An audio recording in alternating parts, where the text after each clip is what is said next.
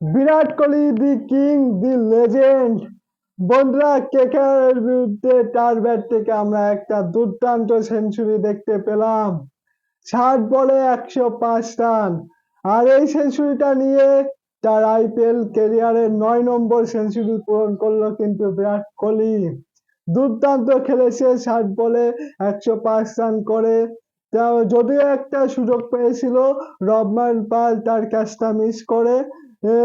যদি যেখানে রবমান পাল বিরাট কোহলির ক্যাচটা ধরে নিত, তাহলে কিন্তু আরসিবির একটু প্রবলেম হতো এই ম্যাচটা জিততে।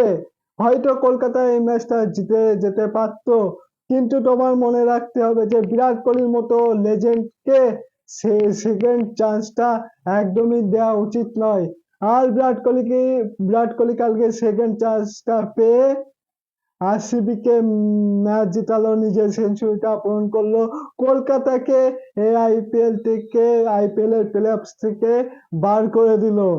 আর আরসিবি কালকের ম্যাচটা জিতে গুরুত্বপূর্ণ দুটো পয়েন্ট নিল, আর আইপিএল এ পয়েন্ট টেবিলে 1 নম্বরে, 12 ম্যাচে 16 পয়েন্ট।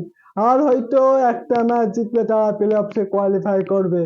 তো বন্ধুরা, বিরাট কোহলি সেঞ্চুরিটা তোমাদের কেমন লাগলো সেটা অবশ্যই কমেন্ট বক্সে জানিও।